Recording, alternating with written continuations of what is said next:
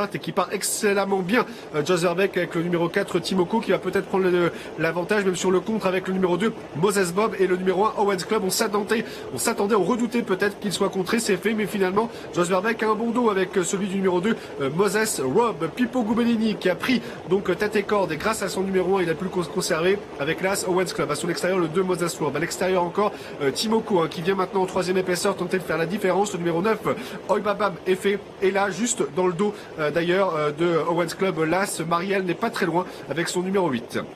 Le duel annoncé, prévu, on va dire, entre Timoko qui a fait une petite incartade et qui est repris complètement par Jos Verbeek. Il était un petit peu sur des œufs à l'amorce de ce deuxième tournant. Jos Verbeek, il préfère rester un petit peu en suspension pour l'instant en troisième position, juste à l'extérieur du numéro 9, Oibabam Efe, qui a pour l'instant le meilleur dos, celui du leader Owens Club.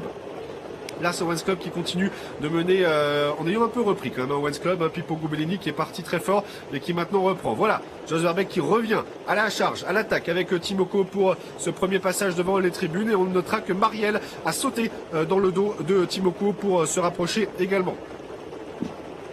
Alors on discute un petit peu entre drivers, on voit qu'à l'arrière-garde il y a le numéro 6 Napoléon Barre qui tente maintenant de se rapprocher avec le numéro 7 Prob Hop, le 4 ans de cette épreuve qui ferme pour l'instant la marche. Linda Di Casei avec la casaque jaune est bien placée dans le peloton extérieur, le peloton qui est emmené donc par Timoko alors que le peloton de la corde est toujours emmené par un Owens Club qui semble avoir des ressources. Attention, ça va pas être facile d'aller chercher, même si maintenant obligé un peu de solliciter, de déboucher Pipo Gubellini. Voilà, Owens Club face à l'attaque de Timoko, nouvelle attaque de Timoko, attention il était un petit peu sur des œufs tout à l'heure au même endroit. Et Owens Club qui repart, Jos Verbeek qui a du mal à prendre l'avantage. Marielle est en position d'attente, le numéro 8 juste dans le dos de Timoko avec le numéro 9 Oibabam Efe, une jument de vitesse qui a un petit peu de mal à suivre cette nouvelle accélération. Et on a Linda Di Casei qui vient avec Napoléon Barre en quatrième épaisseur maintenant, 43e épaisseur, c'est Marielle. Owens Club toujours en tête mais très très sollicité par Pipo Gubellini. Jos Verbeek qui a l'air d'avoir du mal quand même à prendre l'ascendant. Est-ce que Jos Verbeek va pouvoir avec Timoko venir chercher ce groupe 1? Timoko qui passe maintenant à l'attaque, il avait des ressources, il arrive à passer